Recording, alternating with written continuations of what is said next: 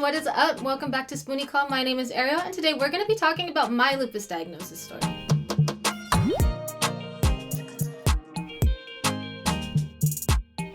In fact, I don't wear contacts. I'm doing all of this blind right now. I can't see anything. Before we get into all the lab works that I did and all the hospital visits that I had, I do want to get into why there was any cause for concern in the first place. And that is a bright, beautiful butterfly rash.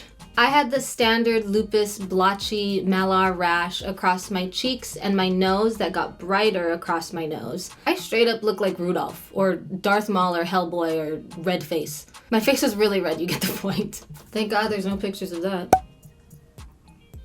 Anyway, what was even more concerning was that I basically lost all ability to freely move my hands and my neck and my legs and my ankles. And not fully, I wasn't bedridden or anything, but it kind of felt like when you have the flu and you feel like you got hit by a truck and you can't really move. That's how it felt. That pain lasted a good few months, all the while I was still going to school every day.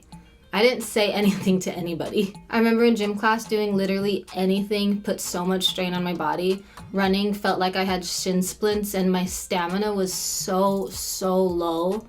I would get really dizzy, and I almost passed out a few times in the locker room before lunch. Even during my normal classes and during lunch, I could tell something was just off about me. I clearly remember a few instances where my body just would not let me carry something that wasn't even heavy for absolutely no reason at all. One time I was gonna drink out of a water bottle and I picked it up and I started lifting it toward my mouth, and it just started falling and falling and falling the opposite way until I completely spilled it. It fell all over my friend that was sitting next to me, and I felt so bad because it looked intentional and I didn't mean to drop all of the water all over her lap, but I did because I just could not carry the stupid bottle. Oh my god, I felt so bad. And then one fine morning before school, it's like 6 or 7 and I have to start getting ready. I get out of bed, I get up,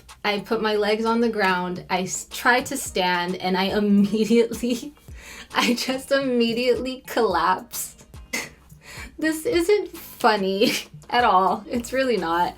But to me, I just don't understand why I didn't say anything to anybody. I fell.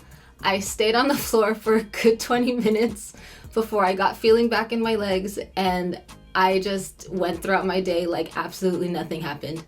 Nobody heard me. I didn't say anything to anybody. I just went about my day. 12-year-old me must have had extremely high pain tolerance or was very stupid. I'm gonna go with the latter. Eventually, the pain was getting way too much to handle quietly, and the butterfly rash across my face was really starting to look sus. So my parents took me to my primary care provider and they referred me to Children's Hospital of Los Angeles, where they went to town on the tests. They even decided to just admit me into the hospital as an inpatient through the emergency room to get the test done in just one shot, because there was that much cause for concern at that point. My ANA test came back positive. My blood work was all out of whack. My white blood cells were really low. My red blood cells were really low. I was anemic and I had arthritis in my ankles and my hands. However, I never found out why I lost mobility in my arms and my legs those few times, so that will forever remain a mystery. They set me up on what seemed to be every drug known to mankind and started scheduling me for checkups and lab tests about every 3 months, and for years I went on like that. I had a few flare-ups here and there throughout middle school. I had gotten very anemic and neutropenic, which is my red blood cells and my white blood cells being very low, and my inflammation markers were refusing to go down. Because of that, they decided to give me an infusion of rituximab to counteract all of that, which I will be talking about in another video. And this is a point in the video where everybody watching, you're gonna be extremely disappointed in me. The infusion I had was actually extremely successful, and for years I was not showing any symptoms of anything. I was in remission. My lab results were coming back normal time and time again. I was fine. I felt really good. I felt normal. Until for the first time, I started skipping my medications regularly. And I know, I'm not proud of myself either. Not at all. But if I'm being honest here, taking so many medications for so long is probably one of the hardest things about having lupus for me, and it's most likely going to be something I continue to struggle with for a long time. So in 11th grade, I developed discoid lupus on my hands, the back of my neck and shoulders, and my lower back. And discoid lupus is a different type of lupus that attacks the skin only. And then my bright, beautiful butterfly rash came back for a while, and for the first time, I started to develop organ damage. I'm so stupid.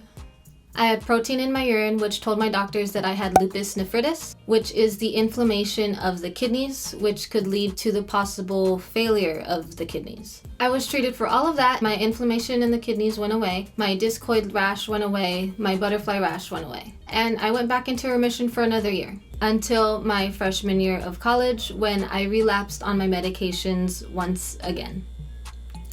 I know. This time my kidneys were fine, but in its place, my disease decided that it wanted to attack my heart instead. I started getting severe shoulder and chest pains to the point where I could not breathe properly, I couldn't lay down, and I couldn't breathe deeply. My doctors told me that I had developed pericarditis, which is a story in itself that I will get to in another video, because that day was wild. But for now, I will say that pericarditis is inflammation caused by water surrounding the outer lining of your heart. And I don't know if you know this, but water should not be around the outer lining of your heart. That's not where it goes. That's not where it goes. And I learned that the hard way. Take your medications. And finally, my senior year of college at the beginning of this year. At this point, you're probably screaming at me from your computer screens or your phones saying, take your pills, woman. And I know. Just 7 months ago, I relapsed on my medications once again, and my kidney issues came back. This time the protein was so bad that my legs and my ankles got so swollen to the point where I couldn't really bend them or unbend them, and walking on them kind of hurt. And when you touch them or you push them, they started to dimple really badly because of all the water that was just being held there. I had cankles. But to end this on a positive note, I am taking my pills regularly again, and they started me on a steroid that is really helping my kidneys. My legs and my ankles are significantly less swollen than they were even a month ago. And the shoulder and chest pains that I developed when I got pericarditis my freshman year of college have actually gone away. For the first time in 4 years, I have had that pain non-stop, and it has finally gone away. I can lay down now. I can breathe.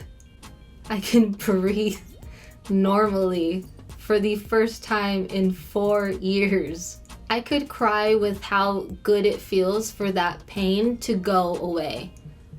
Honestly. Anyway, guys, I hope you enjoyed that retelling of how I was diagnosed with lupus and why I probably shouldn't be allowed to make decisions for myself. Make sure to leave a like, comment, and subscribe, and I will see you guys next time. Bye!